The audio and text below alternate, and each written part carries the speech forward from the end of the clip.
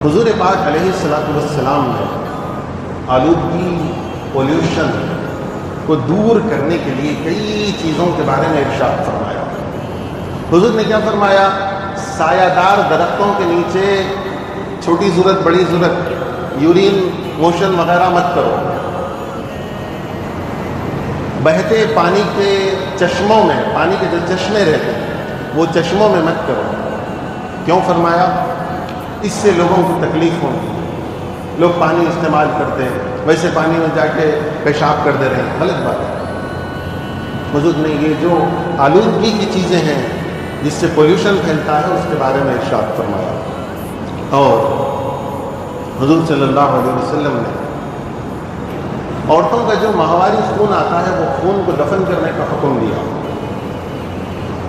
بہتر ہے کہ دفن کیا جائے، اب آج کل دفن کرنے کی جگہ نہیں ہے تو اس کو ایسی پھینک دینا نہیں، اچھی طریقے سے کسی کی نگاہ میں نہ آئے، کسی کو اس سے تکلیف نہ ہو۔ یہ اور جو ناک کا بلغم رہتا ہے، ناک کی ریٹ جس کو بولتے ہیں، یہ بھی حضور نے دفن کرنے کا حکم دیا، چونکہ آج کل اس کے لیے موریاں وغیرہ ہیں، اس میں کرنا چاہیے۔ ہمارے کئی لوگوں کی عادت کیا رہتی، گاڑی پہ جا رہے چلتے چلتے کبھی پان کھا رہے ہیں، کبھی گٹکا کھا رہے ہیں، کبھی کچھ تھوک بول کے بعد تھوک دیتے ہیں، پیچھے والے کو تھوک اچھل جاتا، بازو والے کے اوپر اچھل جاتا، وہ کچھ بھی نہیں دیکھتے، بس تھوک بولے تھوک دیے، ہوا سے بعض مرتبہ دوسرے کے اوپر چھینٹے اچھلتے۔ یہ نہیں کرنا۔ ایسے ہی قربانی دے رہے ہیں تو قربانی کا خون روڈوں پہ بہا دے رہے ہیں۔ کیا بولے تو ہم قربانی دیے، دیکھیں قربانی دیا، ارے بھائی قربانی دیے تو روڈوں پہ خون کیوں بہا رہے ہیں؟ سڑکوں پہ دیکھیے آپ، سڑکیں راستے دیکھیے آپ کیسی رہتی، خون سے بھرے ہوئے۔ اس کے علاوہ گندگی لائے پھینک ڈالے، اور وہ جو گندگی رہتی اس کے لیے کچرے کے کنڈیاں رہتے وہ بھی نہیں، باہر ہی ڈال دے کے چلے جائے، باہر ہی پھینک دے کے چلے جائے۔ پہلے یہاں پہ ماحول ایسا بن گیا کہ مسلمان کچھ نہیں کرے تو بھی مسلمانوں کو بدنام کر رہے ہیں۔ سوشل میڈیا پہ دیکھو مسلمان ایسا کر رہے ہیں، مسلمان ایسے ہیں، مسلمان گندے ہیں، فلاں ہیں۔ ارے ان سے بڑے گندے کون ہو سکتے ہیں جو جانوروں کا پیشاب پی رہے ہیں؟ کون ہو سکتے ہیں؟ ان سے بڑے گندے کون ہو سکتے ہیں جو جانوروں کا پیشاب پی رہے ہیں؟ لیکن مسلمانوں کو بدنام کر دیتے ہیں، مسلمان گندے رہتے ہیں، ایسا رہتا ویسا رہتا، اور ایسی چیزیں آپ جو ہے اٹھا کر پھینک دیے، کچرے کی کنڈی میں نے باہر ڈال دیے، خون گندگی وغیرہ وغیرہ سڑکوں پہ بھیج دیے، تو اس سے اور مسلمانوں کو وہ لوگ بدنام کریں۔ ہم بہت پاکیزہ لوگ ہیں، ہمارے پاس پاکیزگی آدھا ایمان ہے۔ پاکیزگی کیا ہے ہمارے پاس؟ آدھا ایمان ہے، کیونکہ ہماری جو آدھی ایمان کے بعد جو چیزیں ہیں، عبادتیں وغیرہ وغیرہ وغیرہ، وہ پاکیزگی کے بعد ہی ادا ہوتی ہیں۔ اگر پاکیزگی سے نہیں رہے تو ادا نہیں کر سکتے۔ طہارت نہیں رہی تو نماز نہیں پڑھ سکتے، طہارت نہیں رہی تو قرآن کو ہاتھ نہیں لگا سکتے، طہارت نہیں رہی مسجد میں داخل نہیں ہو سکتے۔ تو پاکیزگی ہمارے پاس آدھا ایمان ہے،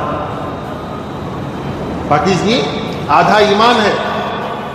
تو لہذا ہم دوسروں کے واسطے ایک نمونہ بننا، آئیڈیل بننا، کہ دیکھو مسلمان قربانی بھی دیتے ہیں لیکن ایسی گندگیاں نہیں کرتے۔ GHMC والے بم مار رہے ہیں، پولیس والے بول رہے ہیں کہ کرو بھائی قربانی دو بھائی، مگر ذرا روڈوں پہ گندگی نہ۔ پولیس والے خود بولے، ذرا امام صاحب خطیب صاحب کو بولو عوام کو، پبلک کو بولو کہ بلدیہ کا اسٹاف 5 بجے تک کام کرتا ہے، اس کے بعد چلے آتا، اور ہم لا کے کب پھینکتے سب؟ شام میں، مغرب کے بعد، عشاء کے بعد، اور پھر اس کی بدبو پورے اطراف پھیل جاتی۔ تو بلدیہ والے، بلدیہ کے آفسوں میں، پولیس اسٹیشن میں پولیس والے وہاں پر پلاسٹک کے بڑے بڑے پیکٹاں رکھے، وہ پیکٹاں لاؤ، پیکٹوں میں ڈالو، اور وہ پیکٹوں میں ڈال کر کچرے والا آیا تو اس کو دو، یا پھر اس کو لے جا کر صحیح کچرے کی جو کنڈی رہتی ہے اس میں ڈالو. تو اس طریقے سے کرو.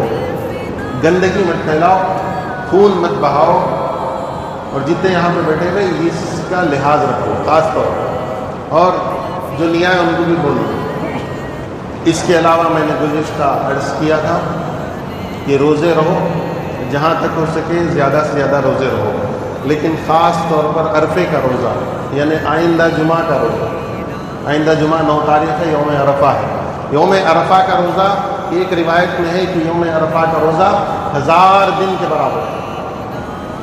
مسلم شریف کی، یہ تو بہقی کی روایت تھی، مسلم شریف کی روایت میں ہے کہ عرفے کا روزہ 1 سال پہلے کے 1 سال بعد کے گناہوں کا کفارہ ہے، اس سے گناہ معاف ہو جاتا ہے.